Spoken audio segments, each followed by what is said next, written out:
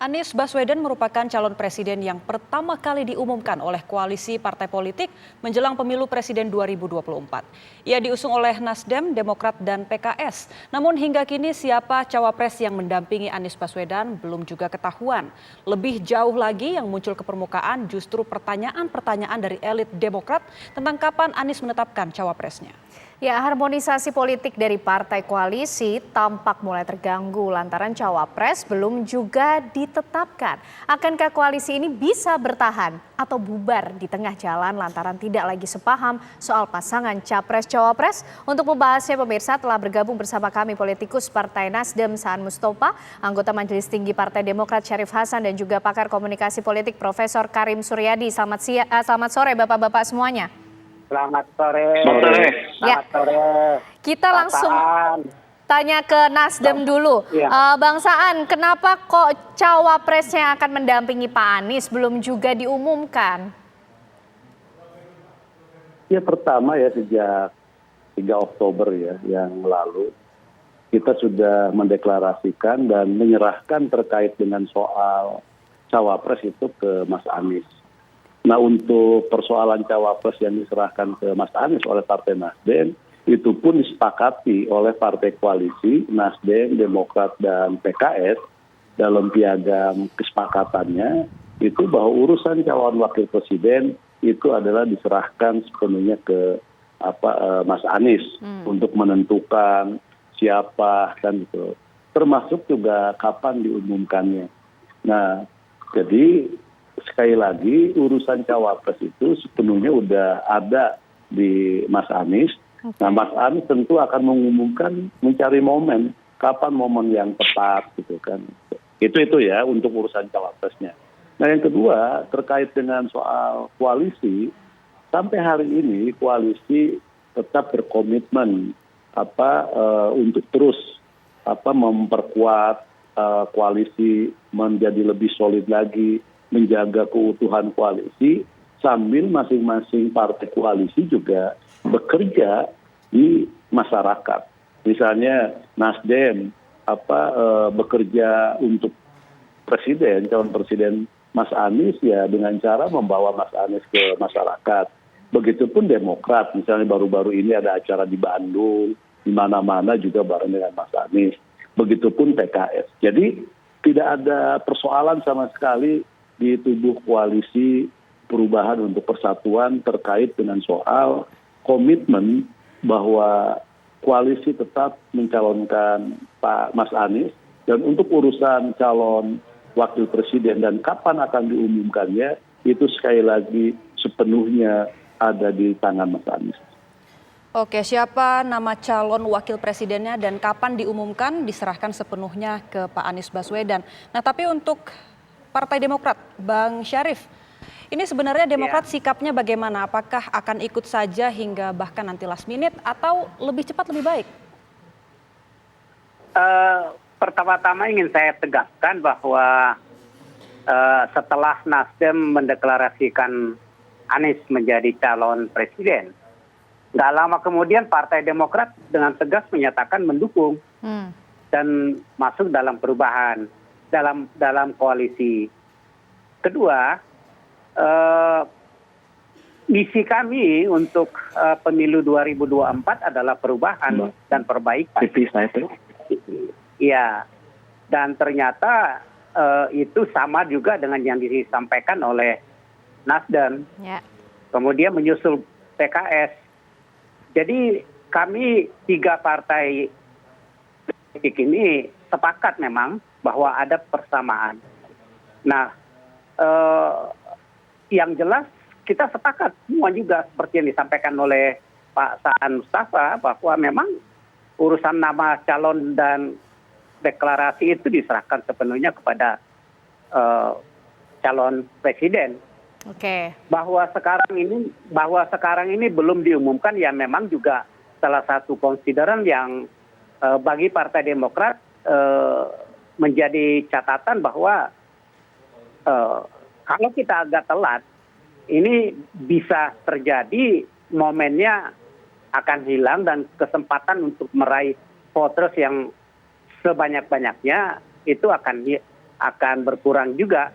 Karena ingat bahwa kita itu berkoalisi perubahan dan perbaikan itu objektifnya adalah menang, bukan hanya sekedar jadi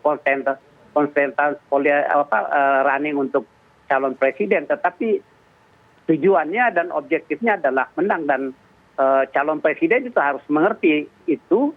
Begitupun juga dengan koalisi perubahan dan perbaikan, sehingga ada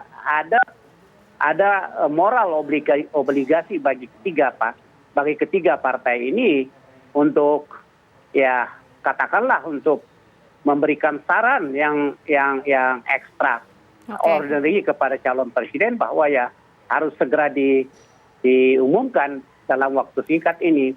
Nah, bagi Partai Demokrat siapapun yang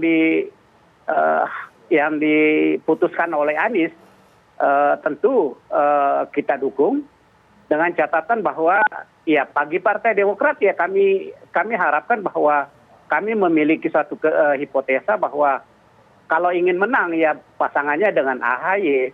Oke. Tetapi kalau bukan AHY ya calon presiden itu harus menjelaskan secara gamblang dan secara ilmiah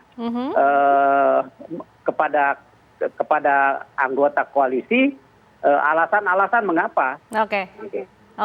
Itu yang menjadi komitmen kita ya.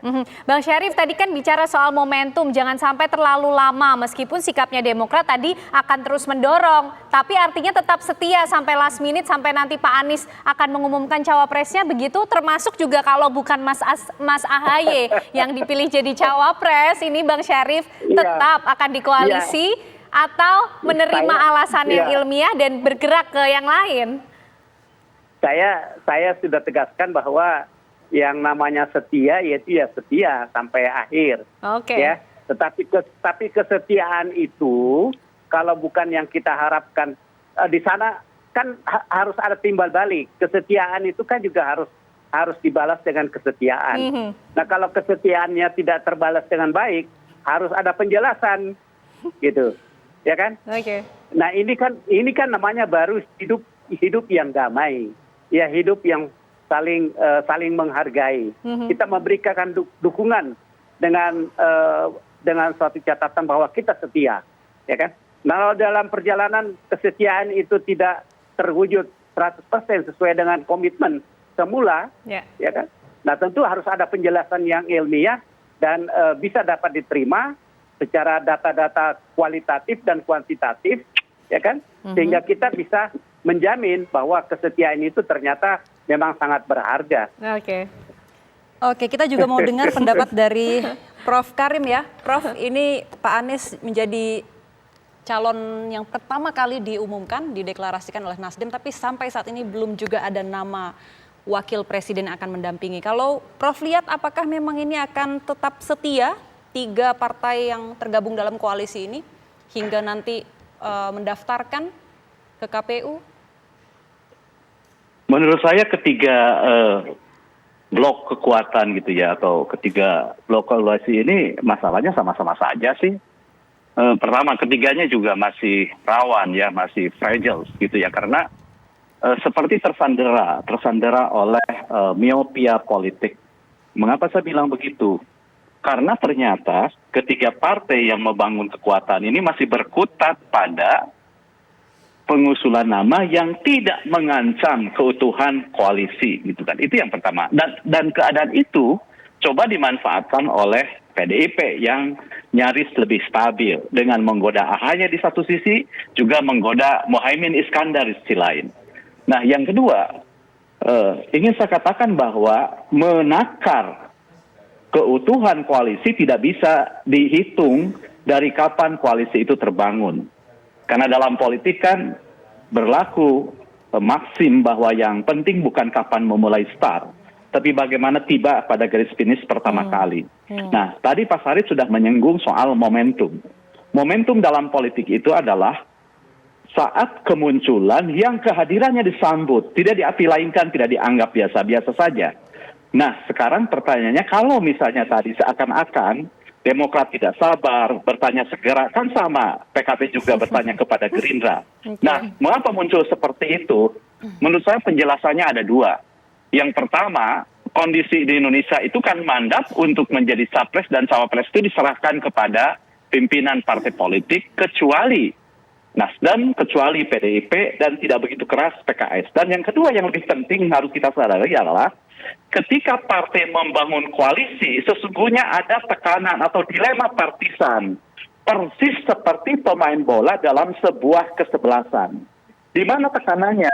Karena selain ingin menyukseskan koalisinya, pada saat yang sama, partai itu kan juga dituntut meningkatkan moral powernya untuk memenangkan partainya. Jadi sesungguhnya selain ingin menggolkan koalisi, KPP-nya juga ingin mengatrol kekuatan Nasdem, PKS, Demokrat per partai. Nah, itulah sesungguhnya yang menjadi tantangan bagi koalisi mana saja untuk menyetimbangkan. Bukan saja membangun keutuhan koalisi, sebab seperti dikatakan tadi Pak Sarif Hasan, bukan hanya sekedar ingin ikut kontestasi, tetapi sekaligus ingin memenangkannya. Tentu kalau pertanyaannya sekedar ingin ikut kontestasi atau sekedar ingin mempertahankan koalisi, lebih mudah ketimbang menjawab pertanyaan bagaimana koalisi ini untuk memenangkan pemilihan presiden. Apalagi KPP datang gitu ya, datang sebagai kalau tidak dibilang antitesi, apalagi misalnya kekuatan tampilan atau kekuatan alternatif yang membutuhkan kekuatan yang jauh lebih besar. Orang politik diingatkan oleh gagasan Plutah yang menulis buku moral politik gitu ya, yang ditulis 100 tahun Masehi, bahwa kekuatan penantang, kekuatan yang akan menghadirkan sesuatu yang baru itu harus bermodalkan 2 kali kekuatan yang akan ditandinginya. Mengapa? Karena parameter yang digunakan oleh masyarakat bukan lagi parameter yang diterima sebagai kebenaran yang being, yang apa adanya, tapi harus diterima sebagai kebenaran yang menjadi. Artinya, publik tidak lagi bertanya tentang Presiden Anies Baswedan, tetapi akan bertanya ketika Anies dipasangkan dengan A, B, C, D, lalu akan dibuat seperti apa Indonesia itu? Apa Anies dibandingkan dengan Jokowi? Maka Anies plus calon wakil presidennya itu adalah Jokowi plus. Nah, ini yang diingatkan oleh Plutah. Oleh karena itu, maka kearifan yang bisa kita tarik adalah, pertama, menurut saya kunci jawaban ini adalah bergantung kepada konsensus, dan ini sebenarnya titik utamanya adalah bagaimana mencari titik temu, dan saya yakin Kang Saan, Pak Sarif sudah mengikuti dengan seksama bagaimana liku-liku. Tapi menurut saya liku-liku ini sekali lagi bukan hanya dihadapi oleh koalisi ini, tapi juga koalisi yang lain. Bagaimana mencari pantas poin, mencari titik temu, dan ini tidak mudah. Saya yakin ini tidak mudah, tidak semudah menggolap atau menggeser ke rambut di kepala gitu ya.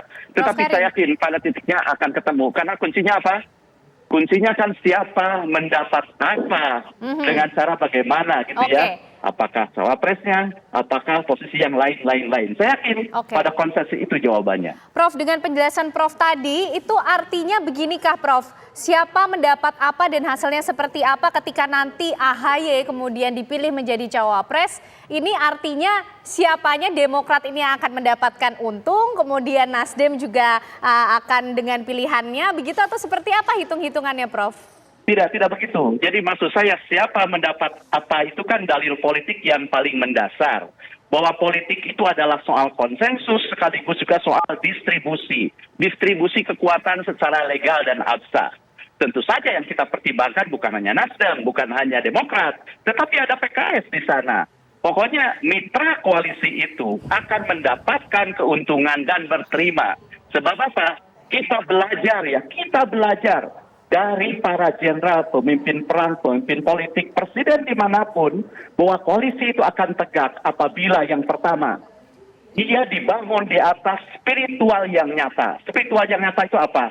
Punya hal yang diperjuangkan secara jelas dan diterima sebagai sebuah hal yang diakui oleh mitra koalisi itu, dan diakui oleh masyarakat, ya itu kami terima sebagai tujuan kami itulah.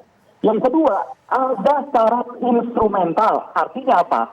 Artinya setiap mitra koalisi akan dipertimbangkan sebagai hal yang penting, mendapatkan kesepakatan yang sama dan berimbang, dan ketika koalisi ini untung atau gagal, maka orang-orang yang terlibat dalam mitra itu tidak akan diperlakukan sebagai sesuatu yang tidak berharga. Artinya politik melampaui kepentingan, tapi politik menjunjung tinggi kemanusiaan. Dan yang ketiga, itu ada material. Artinya apa? Artinya ketika berjuang bersama-sama, maka dia akan mendapatkan hal yang sama. Dan kemanapun koalisi ini pergi, sekali-kali dia tidak akan pernah meninggalkan mitranya. Sama dengan seorang jenderal, pemimpin pasukan, pemimpin perang, kemanapun dia pergi tidak akan meninggalkan pasukannya. Dan ketika mereka harus makan, seorang pemimpin pasukan, pemimpin koalisi, seorang jenderal yang baik, tidak akan pernah makan duluan sebelum prajuritnya itu makan. Itu doktrin, itu maksim politik yang kita ambil dari medan pertempuran. Sebab meskipun kita tidak bertempur secara fisik, ini kan perang gagasan seperti dikatakan oleh Anies Baswedan ketika pidato politik yang pertama. Pemilu adalah soal perang gagasan, perang pengalaman, dan sekaligus juga wacana dan legacy. Yang legacy artinya warisan yang sudah ditunjukkan oleh berbagai tindakan dan diakui sebagai hal yang manfaat meskipun pelaku tindakan itu sudah selesai. Prof. Karim. Baik, itu tadi analisis dari Prof. Karim. Tapi Kang Saan, kira-kira kenapa sih Pak Anies ini juga tidak buru-buru menyampaikan siapa yang akan mendampinginya? Dijawab nanti ya Kang Saan. Kita masih akan kembali usai jeda pemirsa untuk Anda.